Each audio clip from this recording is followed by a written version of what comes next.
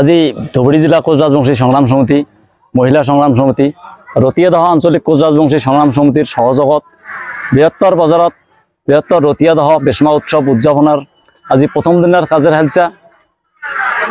কাজৰ হেলচা মতে আজি আমি বেচমাৰ পতাকা তোলা, কোচ ৰাজবংশী সংগ্ৰাম সমিতিৰ পতাকা তোলা আৰু কোচ ৰাজবংশী মহিলা সংগ্ৰাম সমিতিৰ পতাকা উত্তোলন, বিশ্ব মহাবীৰ চিৰাৰায়ৰ প্ৰতিচ্ছবিত মাল্য অৰ্পণ আৰু শহীদ বেদীত মাল্য অৰ্পণ কাৰ্যসূচী হৈ গ'ল।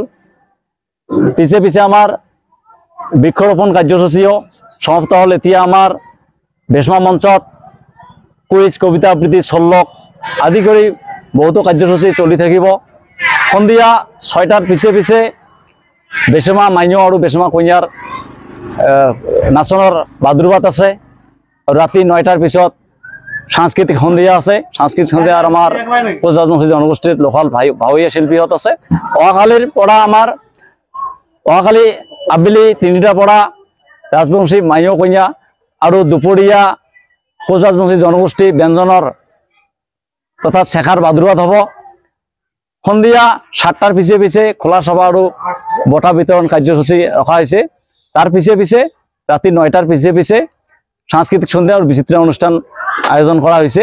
গতিকে আমি সমূহ ধুবুৰী জিলাবাসীৰ লগতে সমূহ কামতাপুৰবাসী ৰাইজক আমি ধুবুৰী জিলা কোচ ৰাজবংশী সংগ্ৰাম সমিতি তথা আমাৰ বৃহত্তৰ ৰতিয়াদহ বেচমা উৎসৱ উদযাপন সমিতিৰ তৰফৰ পৰা আমি আমন্ত্ৰণ জনাইছোঁ। চাওক, পলমকৈ হ'লেও কোচ ৰাজবংশী সংগ্ৰাম সমিতিৰ তৰফৰ পৰা গোটেই কমতাপুৰবাসী ৰাইজক বিচুৱাৰ শুভেচ্ছা আমি জ্ঞাপন কৰিছোঁ। পলমকৈ ইয়াত জেঠ মাহত পৰি গ'ল, তাৰ কাৰণে দুখিত।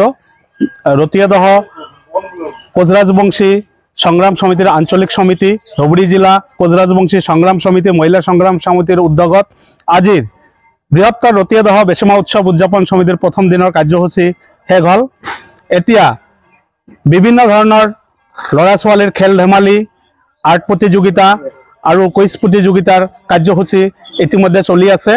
আৰু অনাগত অহা দিনত যাতে আমাৰ বিচুৱাখন আমি বহাগৰ প্ৰথমতে কৰিব পাৰোঁ, তাৰ কাৰণে অভ্যৰ্থনা সমিতিক বিশেষকৈ মই আহ্বান জনাইছোঁ।